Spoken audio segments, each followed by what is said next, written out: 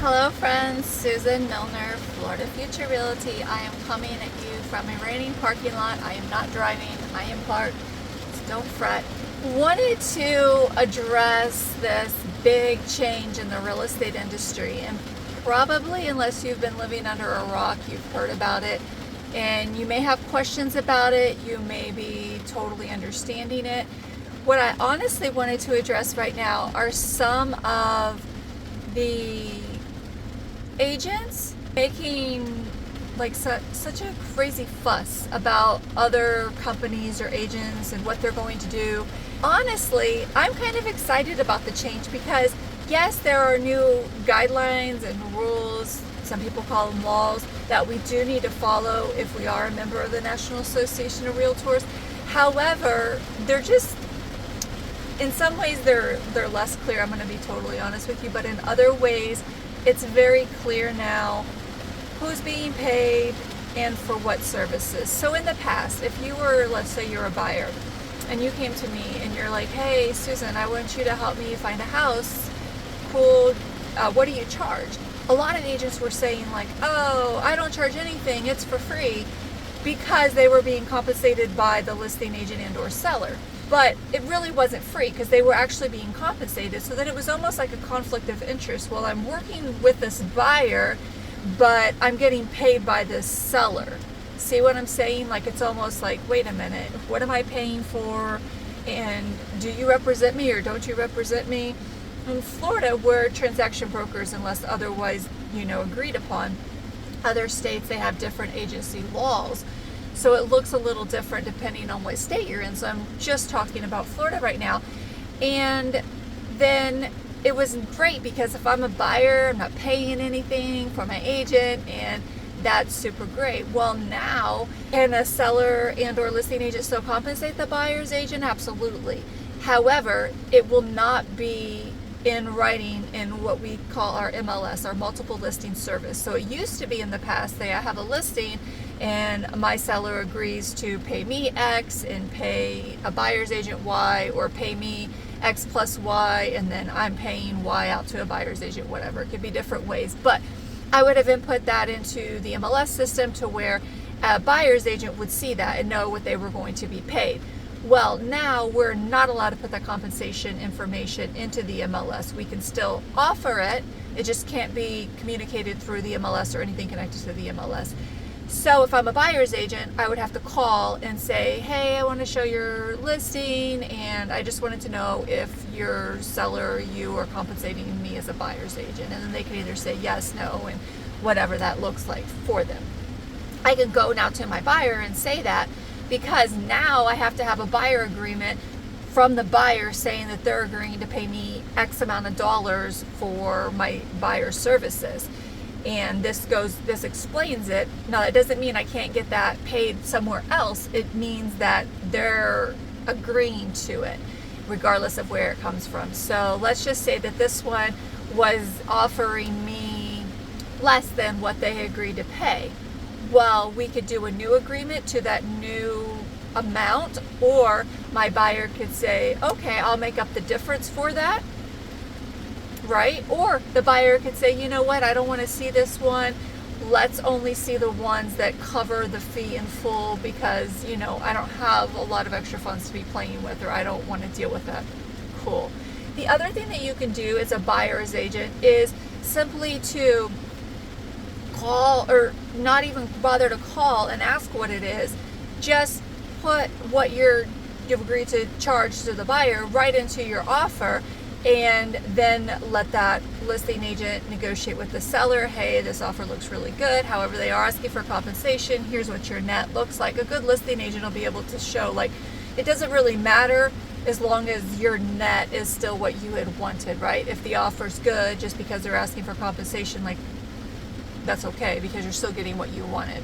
But I'm seeing a lot of agents like losing their minds on like, they're gonna do this and this company said they're doing this and this agent's doing that. And we are in an industry, yes, there are regulations, there are laws, there's professionalism, of course, but we're in an industry where agents are independent contractors, and besides following rules and laws and whatever broker policy in place, they get to dictate how they want to do business. So I saw a post the other day and someone said like the agent was only available certain times and days, and how, ridiculous that was. And you can make whatever schedule you want. Now, I don't know how successful you're going to be having like limited availability and not being responsive and things, but it's your right to do it.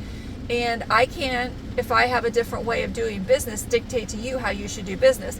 Right now we have a ton of virtual offices, and agents are, working out of their homes. They don't have a place of business to meet customers, to do buyer consults, to have trainings with office and stuff. That's cool too. Like, we have a brick and mortar, but we don't use it a ton, to be honest. It's nice to have it, but the agents, if they're working, they're in their house, they're in their car, they're in customers' homes. Like, they're not there. But just because you do business this way and another company does business another way, that's okay. Everyone doesn't have to do business the same way. So I guess the point is that as a consumer, say you're a consumer, you get to choose who you want to do business with too. But don't expect that every agent and every brokerage is doing things the same way. Like, I hear this a lot. Well, every agent's the same, or every real estate company is the same. Totally not. You may find a similar agent at different companies or different areas, but you may find them being completely different. You may find that their knowledge or experience is different levels. You may find that their professionalism, communications are at different levels. You may find a lot of certain things. You may find that they're putting different paperwork in front of you to sign. They're asking for different amounts of compensation. That could be because they have a value, or it could be just because they feel like charging more. So as a consumer, I do think that this is going to be very critical for you to really interview agents and talk with them. Like, usually if you're a seller, you've interviewed an agent or two or three, or you've had a past relationship with an agent that you're going to pick. Sometimes I've found sellers just randomly call a company and hire somebody, not maybe even knowing that company may have 100 or 1,000 agents, and they're just getting anyone coming out there. That doesn't mean that they're going to all be the same. Even with policies and stuff, every agent at a company is not the same at all.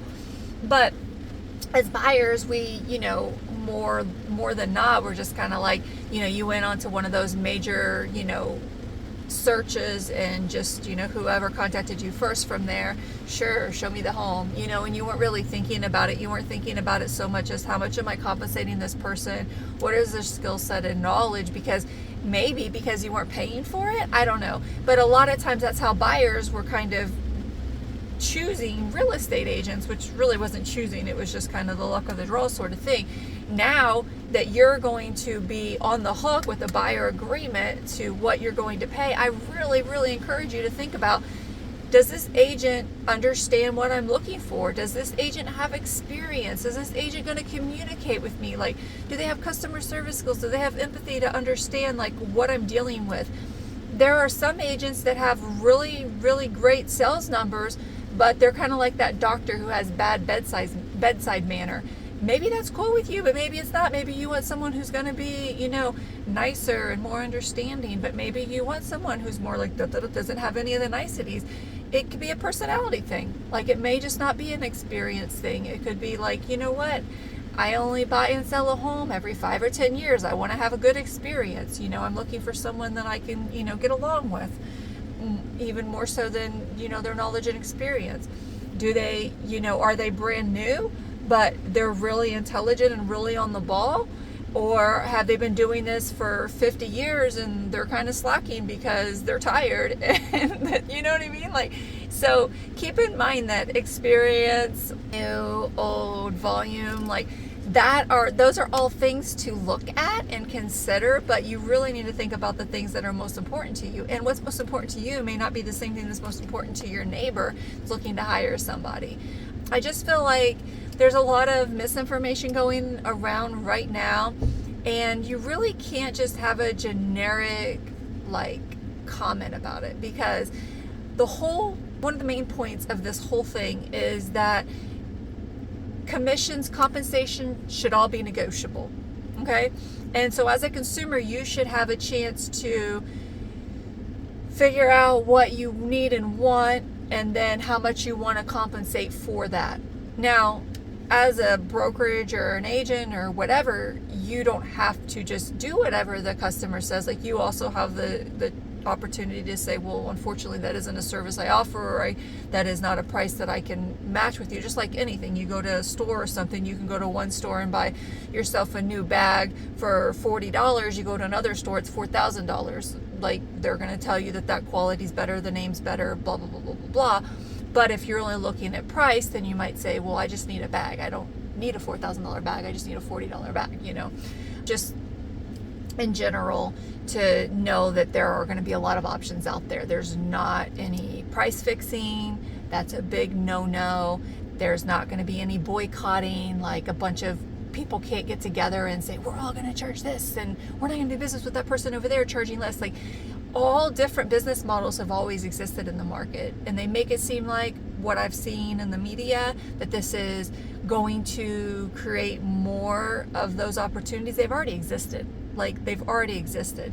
I'm glad they exist, because I think that people should have options. Like, there's some people that have the time and expertise to totally DIY. They don't need an agent at all. And that's cool too. Like, you don't even have to have an agent. You can buy or sell without an agent. But if you do want someone, whether it's because you want time or experience or, area knowledge, market knowledge, then you pay for that, just like you would go pay for any other services. And that's not a newfangled thing at all. You get what you pay for, and we would love to chat with you if we can help you in Southwest Florida or anywhere really. We have referral companies, businesses that we do business with across the state, across the country. In fact, internationally, I know people. But locally here in Southwest Florida, my agents handle pretty much from Sarasota down to Marco, with primary focus Cape Coral, Port Charlotte, Fort Myers, Bonita, Naples, those sort of areas, and the beaches. And knowing what areas your agent is familiar with is really important too.